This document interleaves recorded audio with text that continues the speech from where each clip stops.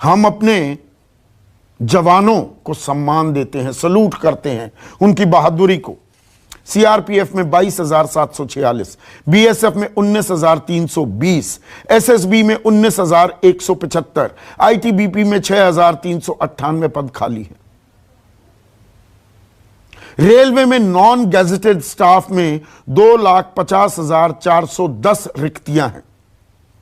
Police कर्मियों के 4,43,524 पद खाली हैं। पर इसके बारे में कोई बात नहीं करता। बताया क्या जाता है कि देखिए ट्रकों की सेल बहुत बढ़ गई। ये भी कुछ साल पहले प्रधानमंत्री ने सदन के पटल पर कहा कि देखिए ट्रकों की सेल बढ़ रही है, बसों की सेल बढ़ रही है, ऑटो की सेल बढ़ रही है। तो नए ट्रक, नए ऑटो, नई बसें आ रही हैं, तो एक ड्राइवर की भी जरूरत होगी, एक क्लीनर की भी जरूरत होगी।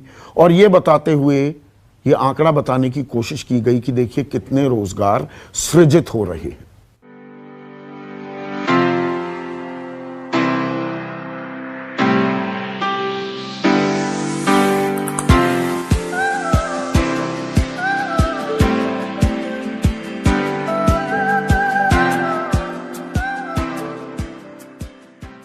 नमस्कार, मैं हूं संदीप चौधरी।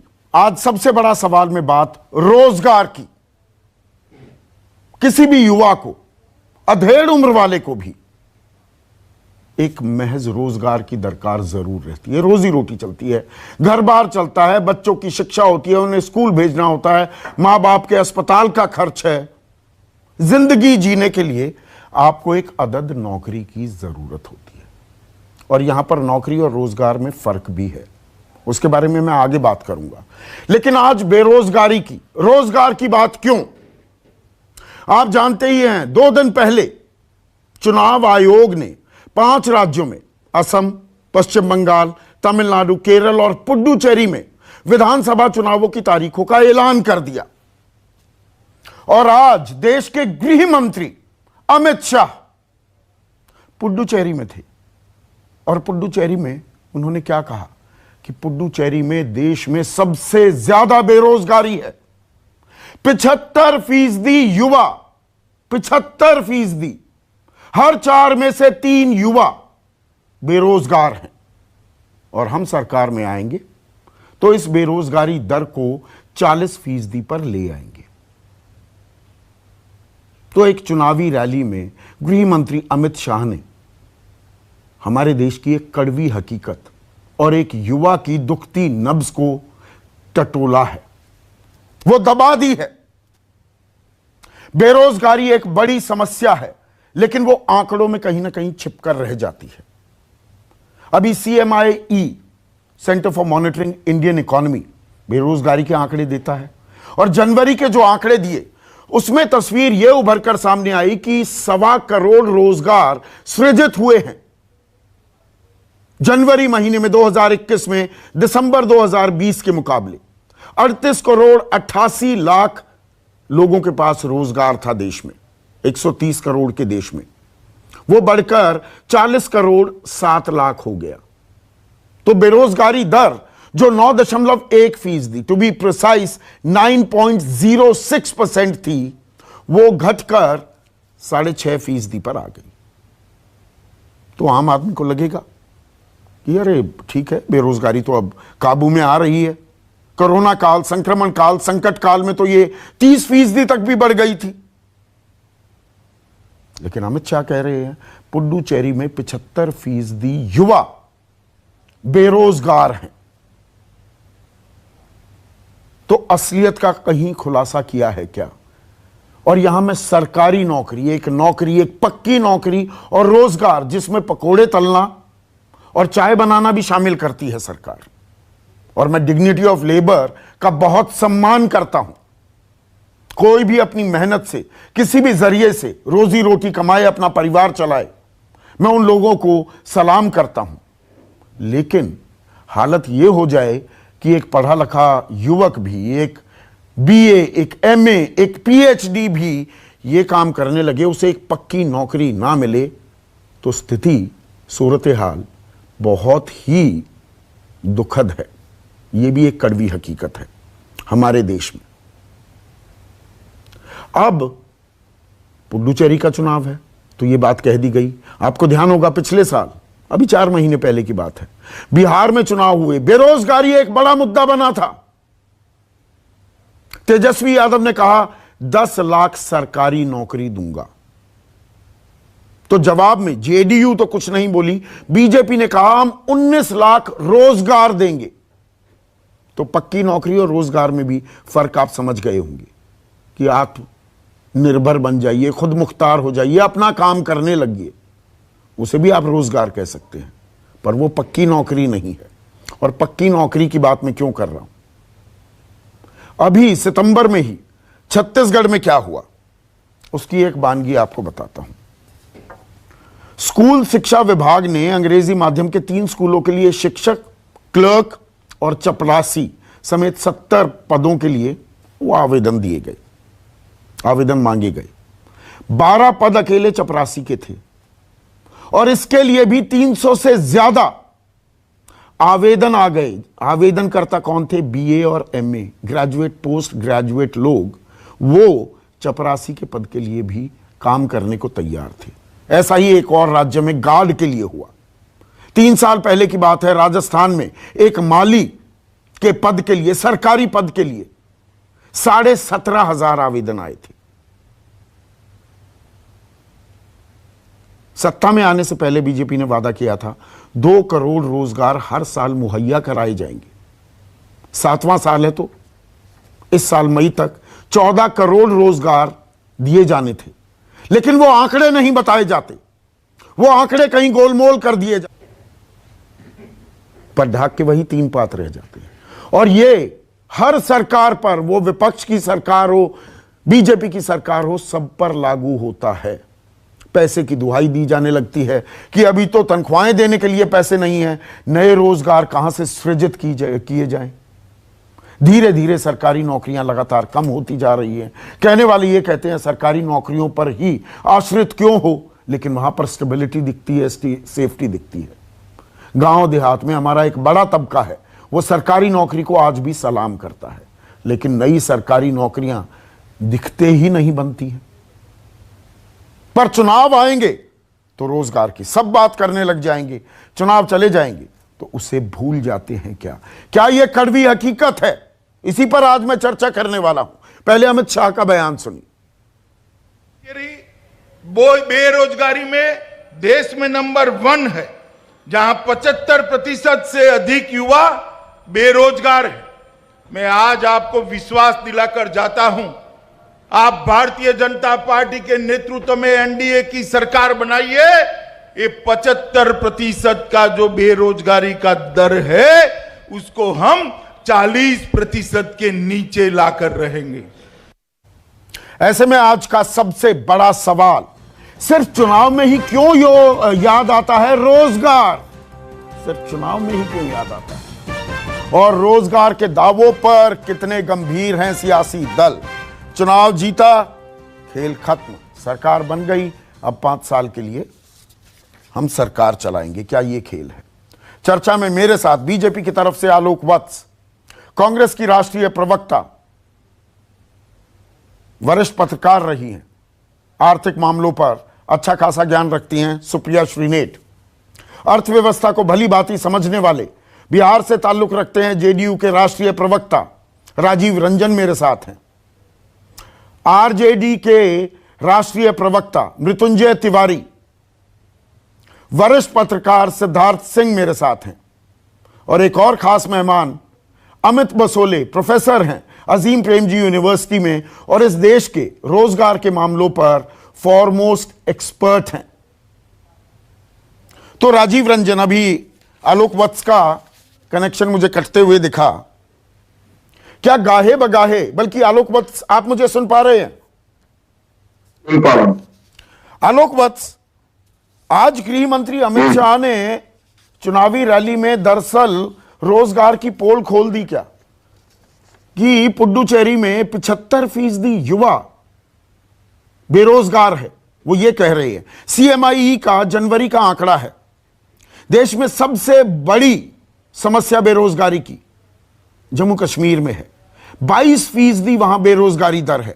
त्रिपुरा में 18%, राजस्थान में 17.5%, हरियाणा में 17.5%, गोवा में 16%, दिल्ली में 12.5%, हिमाचल में 11.5%, झारखंड में 11.25%, बिहार में 10.5%। और पुडुचेरी का जो आंकड़ा है, पुडुचेरी का आंकड़ा तो 7.6% का है। तो जो हम ये बेरोजगारी के आंकड़े दिखाते हैं, दरअसल पूरी तस्वीर नहीं बता रहे। क्या आज पूरी तस्वीर की पोल खोल कर दी है क्या अमित शाह ने, दरअसल कि कितनी गंभीर समस्या है बेरोजगारी? देखिए, इसमें कोई शक नहीं है कि बेरोजगारी इस देश के लिए एक गंभीर समस्या बनी हुई है। और ये आज का दिन नहीं है, ये पिछले कांग्रेस के समय से ये चला आ रहा है। अच्छा। और पुडुचेरी एक पर्टिकुलर छोटा स्टेट है जहां पर ये समस्या कुछ ज्यादा ही है। तो उन्होंने उस क्रम में वहां कहा कि वहां उद्योग लगेंगे, वहां पर बेरोजगारी की समस्याएं दूर होंगी तो प्रतिशत घट जाएगा।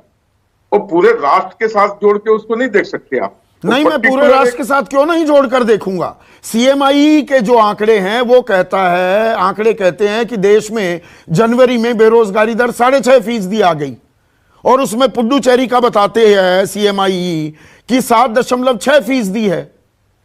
तो अमित शाह कह रहे हैं 75% है बेरोजगारी दर युवाओं में।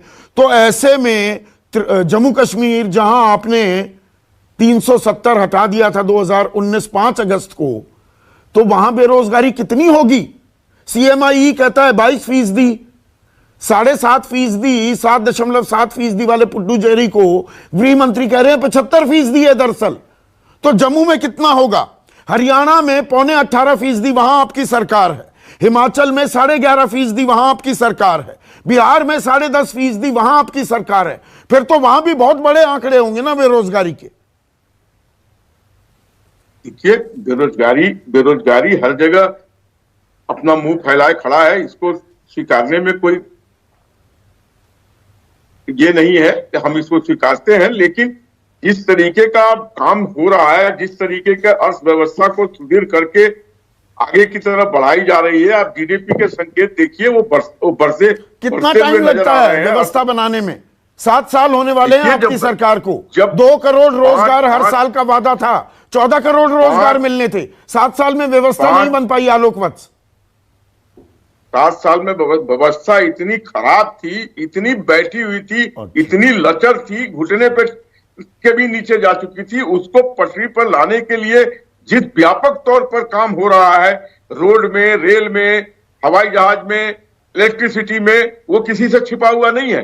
जब तक इंफ्रास्ट्रक्चर इस तरीके का नहीं पैदा होगा, तब तक रोजगार कहां से पैदा होगा? आज बाहर के निवेश आ रहे हैं, ये निवेश इस तरीके बड़े पैमाने पे आ रहे हैं, ये सब रोजगार को प्रभावित करने वाली चीजें हैं।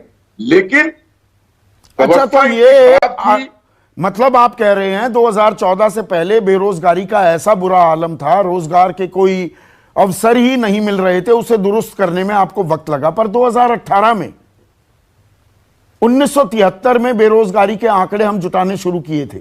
आलोक वत्स, 45 साल के सबसे उछले स्तर पर बेरोजगारी पहुंची थी।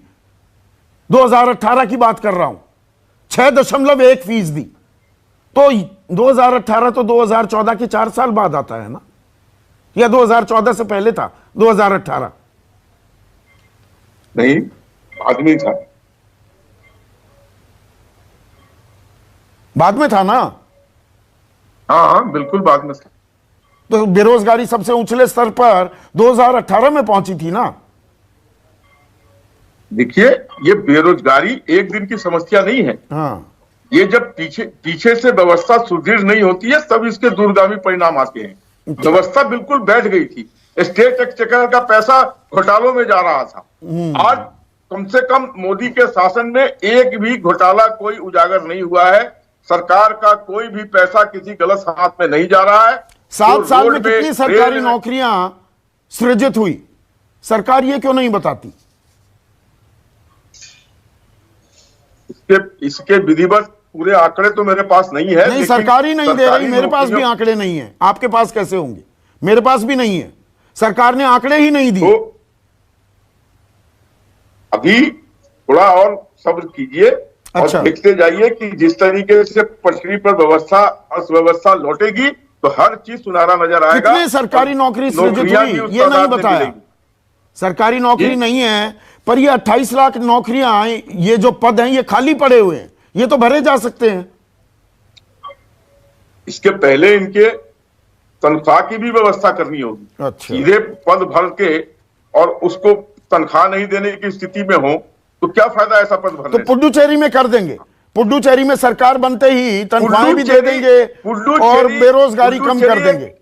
पुडुचेरी एक लचर स्टेट है, एक बिगड़ा हुआ स्टेट है, वहां कुछ नहीं है। वहां पर अगर कुछ भी रोजगार सृजन करना है, कुछ भी उद्योग अगर ले जाएंगे तो वहां रोजगार पैदा होना चालू हो जाएगा। वो बिल्कुल व्यवस्था वहां कुछ है ही नहीं, कुछ छोड़ा ही नहीं पिछली सरकारों ने वहां पे। उस संदर्भ में अमित शाह जी ने कहा है कि यहाँ पर अगर हम सुप्रिया कुछ श्री चीजें ने पैदा करेंगे तो यहाँ भट्टा बिठा दिया पुडुचेरी का आपकी सरकार ने। 4 में से 3 युवा वहां बेरोजगार हैं।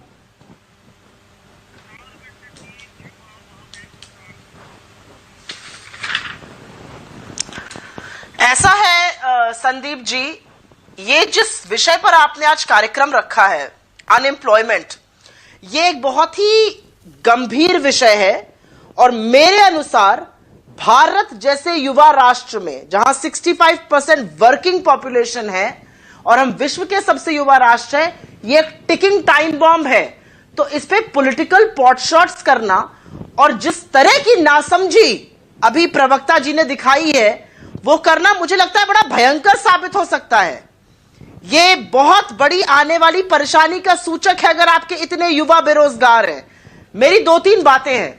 मुझे ऐसा लगता है इतने युवा राष्ट्र में अगर बेरोजगारी इतनी बड़ी तरह से इतना व्यापक रूप ले चुकी है तो सबसे पहले तो सरकार को स्वीकारना पड़ेगा। और तो आप क्यों नहीं स्वीकार रहे? 75% युवा पुडुचेरी में बेरोजगार हैं, तो आपकी सरकार की नाकामी है ना।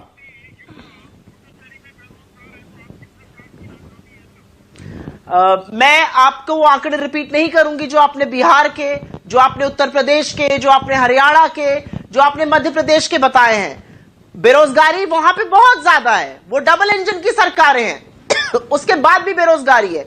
मैं वही कह रही हूं कि नैरेटिव जो है ना वो रोजगार के लिए नहीं है, नैरेटिव अभी भी पॉलिटिकल है।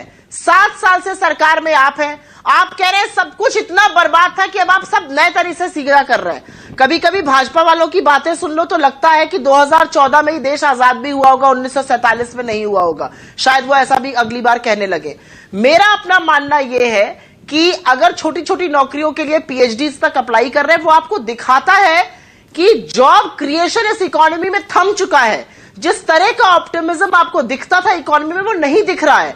और ये सरकार ये नहीं समझती कि जॉब कैसे क्रिएट होती है। उसकी तो एक 30 सेकंड में बात कर ली जाए। जब उपभोग बढ़ेगा तब निवेश बढ़ेगा, जब निवेश बढ़ेगा तो जॉब क्रिएट होगी। अगर आपका सबसे बड़ा पहिया 60% of the GDP is consumption, अगर वही ठप पड़ा रहेगा, आपकी कौन सी जॉब क्रिएट होगी? तो सारी जिम्मेदारी क्या केंद्र सरकार की है? मैंने इसीलिए 1 मिनट सुप्रिया, 1 मिनट छत्तीसगढ़ का मैंने इसीलिए उदाहरण दिया। चपरासी की नौकरी के लिए बीई एमबीए डिग्री धारक भी आवेदन कर रहे हैं। 12 चपरासी के पद थे। राजस्थान का मैंने आपको उदाहरण दिया, वहां पर माली के पद के लिए 17,500 लोग लाइन में लग गए। राज्य सरकारों की कोई जिम्मेदारी नहीं है। आपने तो तेजस्वी यादव के साथ मिलकर 10 लाख नौकरियों का भरोसा दिया था ना कि सरकार बनते ही साइन कर देंगे। तो मतलब सरकारें, राज्य सरकारें भी चाहें नौकरियां सृजित हो सकती हैं ना।